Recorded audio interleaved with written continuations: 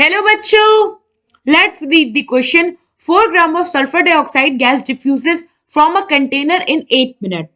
Mass of helium gas diffusing from the same container over the same time interval is option A 0.5 gram, option B 1 gram, option C 2 gram and option D none of these.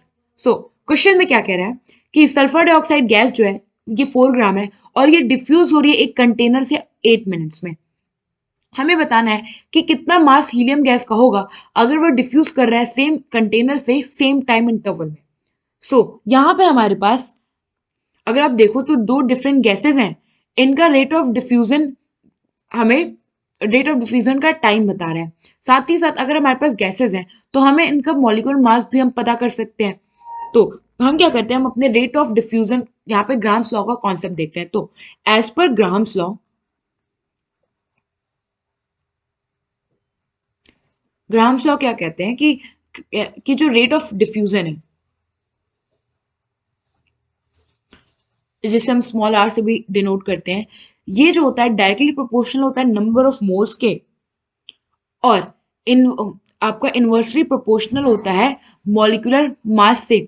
तो हम ऐसे लिख सकते हैं कि हमारा जो rate 1 है अपॉन रेट 2 ये हो जाएगा number of moles of 1 upon number of moles of 2 which is equals to under root of molecular mass of 2 upon molecular mass of 1।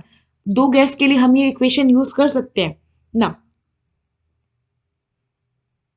यहाँ पे हमारे पास N1 हम ले रहे हैं, हम अपना एक N लेते हैं सल्फर डाइऑक्साइड का, तो ये क्या हो जाएगा, नंबर ऑफ मोल्स क्या होता है गिवन मास अपॉन मॉलिक्यूलर मास। गिवन मास है हमारे पास सल्फर डाइऑक्साइड का 4 और मॉलिक्यूलर मास होता है SO2 का 64। कैसे निकालेंगे, SO2 में हमारे पास एक सल्फर का मॉलिक्यूलर मास होता है 32 प्लस 16 इंटू 2 क्योंकि दो ऑक्सीजन है, तो ये आ गया हम पे 64। और number of moles of helium निकाले तो गिवन मास सपोज हम कर ले रहे हैं x है, मॉलिक्यूलर मास हो गया 4। नाउ अब हम क्या करते हैं, हम वैल्यूज को पुट करते हैं। तो यहां से हमारे पास आ गया, हमें पूछा था कि हमें मास निकालना है number of moles of SO2 upon number of moles of helium is equals to under root of molecular mass of helium upon molecular mass of sulphur dioxide.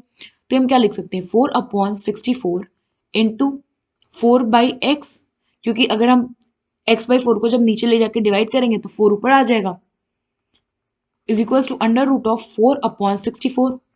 Now जब हम क्या करेंगे, अब इधर ले जाते हैं, तो ये हो गया 4 और ये हो गया आपका 16। तो यहां से ये वैल्यू आ गई 1 अपॉन 2, रूट की बात कर रही हूं मैं। तो ये हो गया हमारे पास 4 upon 64 into 4 upon x is equals to 1 by 2, और ये 2 से ये कट हो गया हमारा ट्वाइस, एंड फिर यहां से x जो आएगा फाइनली आ गया हमारे पास 1, सॉरी यहाँ पे हो गया हमारे पास 4 और